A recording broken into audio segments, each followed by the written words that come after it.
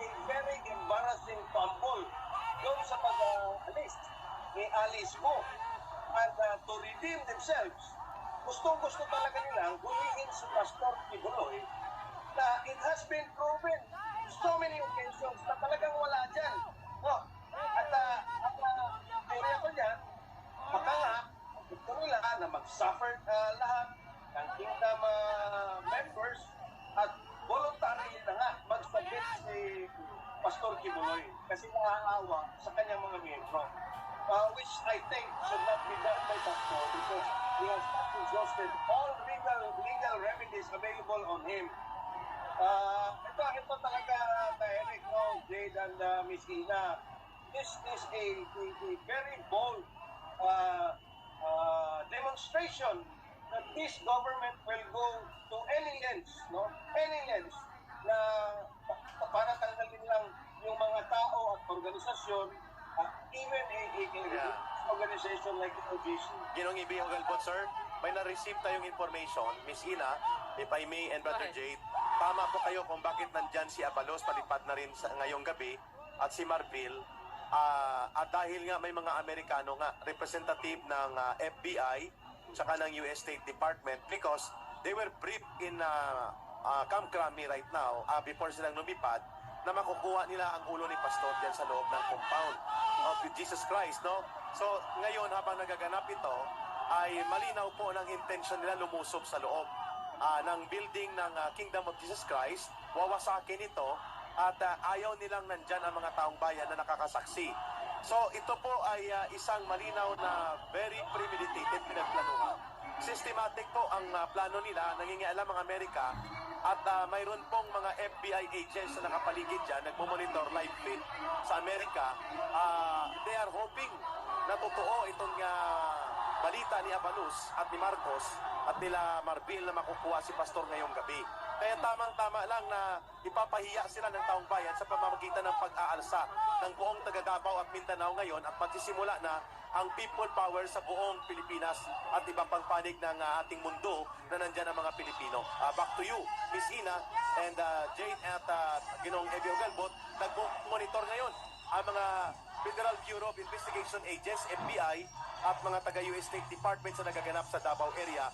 At kung ito ba ay lalaganap at sasambulat sa daluyong ng pag-alsa ng taong bayan against Marcos para palayasin ito sa poder sa buong Pilipinas na. Hindi na natin ito, Sir Ibi, hindi na natin ito maiiwasang masabi na talagang may sabwatan ang Amerika at ang itong Marcos Jr. Hindi lamang dito sa ng salamin o kanang ating air drum at pwedeng magkaroon po ng paralysis temporary sa mga tao. At nakikita natin, nagmamarcha na sila. Iwan ko kung ipapakita niya ang pagdahas, pananakit at pagbasag ng bungo ng mga sibilyan na ginawa na nila at pagtirgas dyan sa loob ng Kingdom of Jesus Christ, Brother Ebio Galbot. Well, yes, Eric, no, I think itong ka-communicate niya, parang Malacanang yan eh. We are in real time witnessing taking orders from higher ups, most probably from Malacanang. Yes. Para sa ipadaplin ka ng sakyanan na puti. Gawin. Yes, sinasabi lang, si ano yan eh, si Carlo ang narinig natin at Ipadaplin siya. tama ba? Stand-off na ito ngayon sa mga leaders ng Davao. Huwag po kayong maging audience lamang. Kayo po ay pumagitna at tumulong sa mamamayang Pilipino, sa mga Davaoenyo. Mga berdugo na po ang mentalidad at parang kriminal na po ang mga mentalidad nila. Itong uniform, maka-ESP man yan, maka-PNP man yan, because nung panahon ni Pangulong Rodrigo Duterte, tinuro ni Pangulong Rodrigo Duterte ang pagmamahal sa kanila because they are protecting us. But now, we no longer feel that shit. Ramdam na ramdam namin yan dito sa compound. Hindi na kami, we don't feel safe when they are near us. Ganyan ba ang pinoproject niya sa bawat Pilipino? Maraming ang mga maraming bata dito ang tinatake ng anxiety. Marami din sa kanila ang nagkaroon ng panic attack dahil hindi pa sila nakaka-recover pagkatapos nung nangyari noong June 10, 2024. Hindi pa nga nakalipas lumabas yung nightmares nila, yung mga lahat ng mga masasakit na naranasan nila at that time. Eto na naman na pinasok tayo kamakailan. Jade, hindi ko na talaga, wala na akong salita na masabi para ma-describe yung pain, yung galit na nararamdaman ko. At ang nararamdaman na ito ay, ang pakiramdam na ito, Jade, ay pakiramdam ng hindi lang ng mga taga-KOJ, kundi lahat ng Pilipino na sawang-sawa na sa ganitong klaseng gobyerno ng walang malasakit. Jade? Oo, Hana, kasama rin natin dito si Ina, si Sir EB at si Ka Eric. At singit ko lang,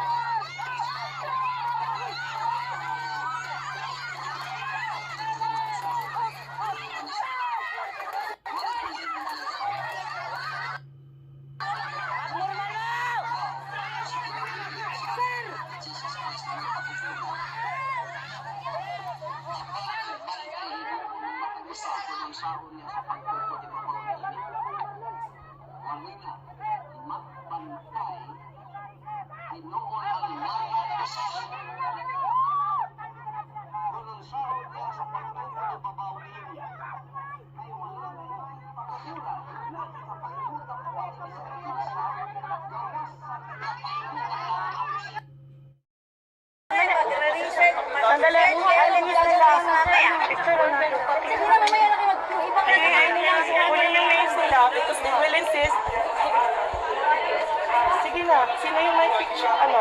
May nagbabay na may kukuha ng Hallelujah.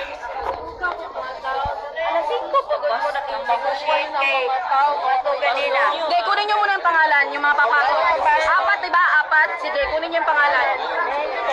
Kunin nyo yung mga pangalan. Nagpunta 10 beses yan. Picturean yung mga ID. Picturean yung ID.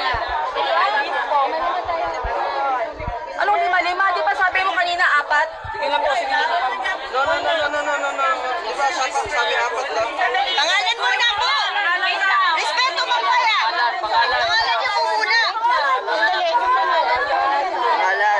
Lima na lang, lima. Huwag na sumama iba. Para hindi manggulo ko yan. Five. Tiglima lang. Lalo kung magugulo yung nasa loob. Kasi ang ingay po natin dyan. Visit po, tahimik lang po yung ating pagpunta. Lalo po tayo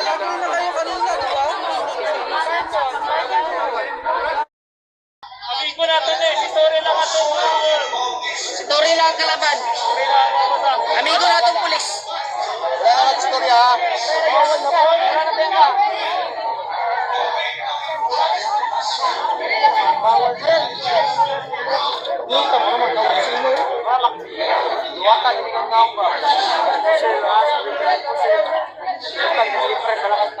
Uniforme.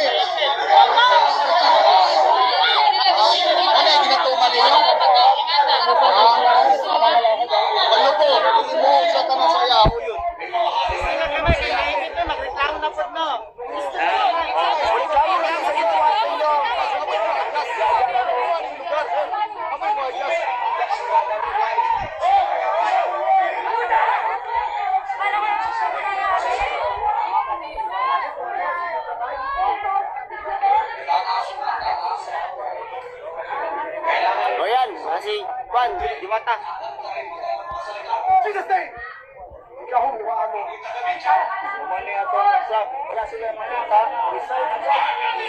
Resign.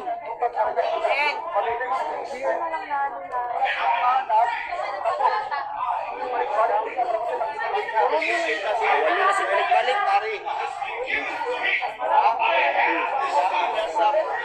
Hearing.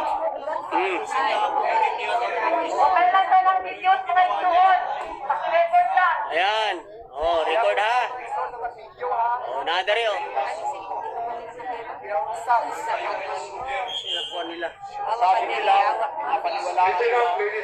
Ayan. Paglaban yung mali. Pressurize ang ilahan ko. Paglaban yung Pressurize.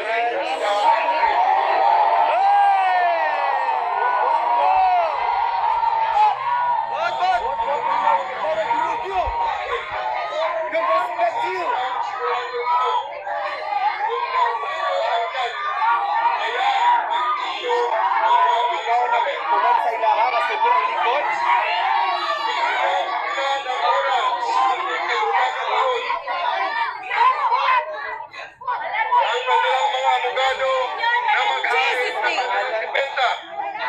Pero nakita pa rin ng judge na meron